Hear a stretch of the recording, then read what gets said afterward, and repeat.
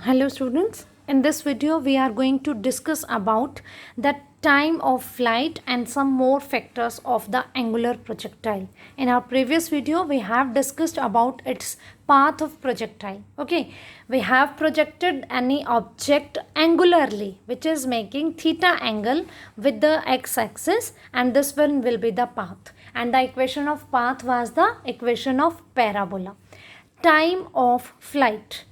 Time of flight is the time taken by the object for which it is in the air, means it is not touching this reference level from which we have thrown the object. So this path traveled by the object and the time taken by this path covered is known as time of flight. This time is sum of two times, time of ascent and time of descent. Why?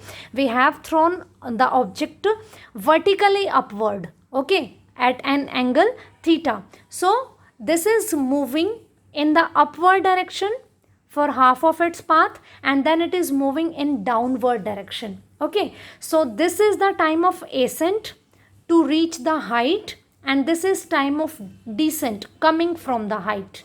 Okay, this is time of ascent and time of descent, taking the time to means reaching at a height and then taking the time coming back, means वापस to the ground. Okay, so these two times are going to be equal. We are denoting these two by small t plus t, and capital T will be the total time of flight. It will be the sum of both the times, time taken by the object to move in upper direction, then time taken by the object in the downward direction. So capital T will be equals to 2 times of the small t, and small t will be the capital T by 2. So it is your means notations, whatever you are going to denote in different books also you will find it the different notations. Capital T will be the total time period of the flight, and small time will be the half time of this thing, total time of flight. Okay, this will be the time of ascent or time of descent. So how we will calculate this? For this we are going to using this equation of motion. We know final velocity is given by initial velocity plus acceleration into time, and this motion we are going to discuss in the y-axis. So we are writing it for y. Vy is equals to uy plus ayt. Students, when we are throwing the object angularly, it is moving in upper as well as in lower direction. When it is moving in this direction, it is against the gravity.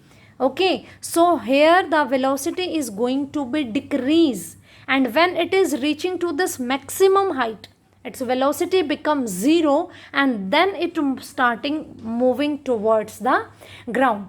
Okay, so this is the path when its final velocity is decreasing, because initial velocity is fixed. We have thrown some object by some velocity, and this is the time when its velocity is increasing. That's why in this path acceleration due to gravity is taken negative.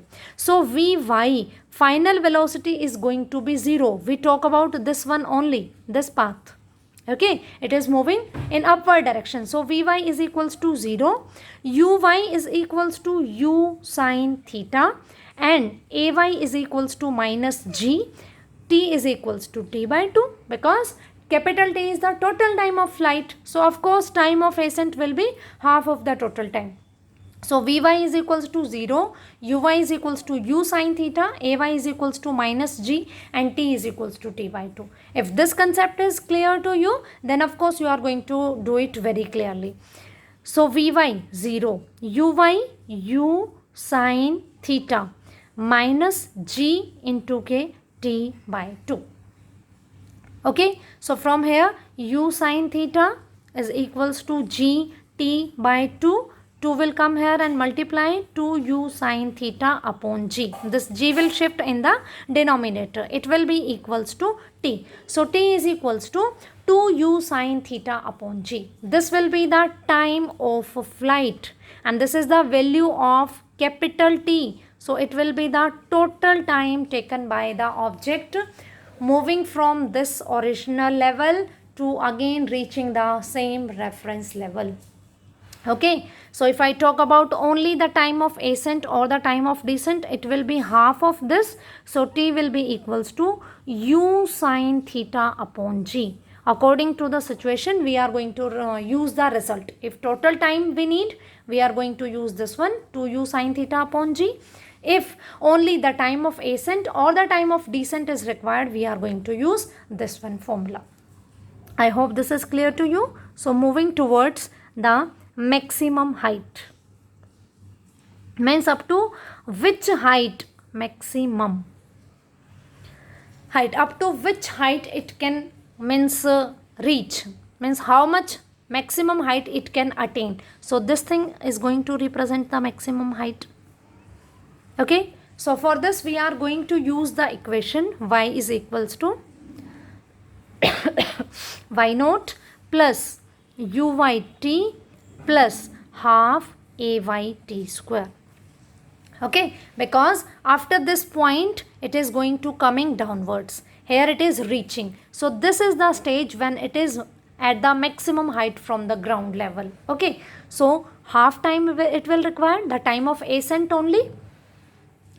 So y will be equals to the h, that height, y naught will be 0, uy is equals to u sine theta into t. T will be this one minus half gt square. Okay, so h is equals to, putting the value of t, u sine theta into u sine theta by g minus half g t square, means u square sine square theta upon g square. We are using small t, time of ascent only. Why?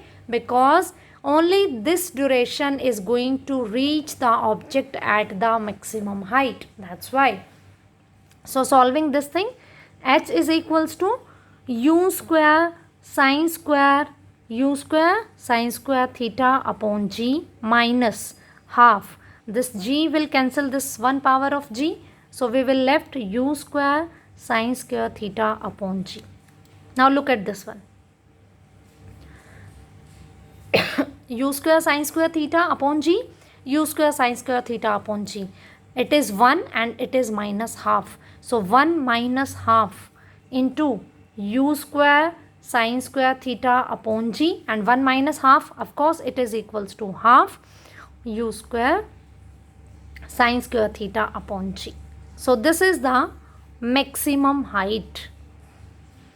In some books it is denoted by h, in some it is denoted by capital H. It's up to you. Whatever symbol you want to use, you can use. Okay, but the concept should be clear to you. So it is equals to 1 by 2 u square sine square theta upon g. I hope this concept is also clear to you. If you have any doubt in these two topics, time of flight and maximum height, you can ask me. Thank you.